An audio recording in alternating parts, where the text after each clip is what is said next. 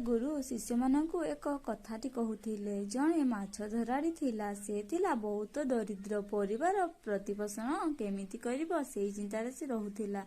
ତେଣୁ ସେ ସର୍ବଦା ଥିଲା ବିମର୍ଷଚିତ୍ତ। ଦିନକର କଥା, ରାତିରେ ତାକୁ ନିଦ ହେଲା ନାହିଁ। ସକାଳ ହେବା ଆଗରୁ ସେ ଜାଲଟିକୁ ଧରି ନଦୀ କୂଳକୁ ବାହାରିଗଲା।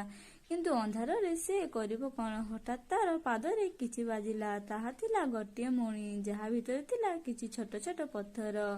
ନଦୀ କୂଳରେ ବସି ମଣିରୁ ଗୋଟିଏ ଗୋଟିଏ ପଥର ନଦୀର ଗର୍ଭକୁ ନିକ୍ଷେପ କରି ସେ ସମୟ କାଟିବାକୁ ଲାଗିଲା। ଏମିତି ଫିଙ୍ଗୁ ଫିଙ୍ଗୁ ଶେଷ ପଥରଟି ଫିଙ୍ଗିଲା ବେଳକୁ ସୂର୍ଯ୍ୟ ଉଦୟ ହେଇଗଲା। ସୂର୍ଯ୍ୟାଲୋକରେ ସେ ଯାହା ଦେଖିଲା ସେଥିରେ ତଟସ୍ଥ ହୋଇଗଲା। କାରଣ ସେ ଯାହାକୁ ଫିଙ୍ଗିବାକୁ ଯାଉଥିଲା ତାହା ଥିଲା ଗୋଟିଏ ହୀରା। ହେ ଭଗବାନ, ମୁଁ କ'ଣ କଲି ବୋଲି ଚିତ୍କାର କରି ସେ କାନ୍ଦିବାକୁ ଲାଗିଲା। ଏଇ ସମୟରେ ସେଇ ବାଟ ଦେଇ ଯାଉଥିଲା ସନ୍ଥ ଫରିଦ। ସେ ମାଛ ଧରାଳିର କାନ୍ଧରେ ହାତ ଦେଲେ ଓ କହିଲେ, ଭାଇ, ଦୁଃଖ କର ନାହିଁ।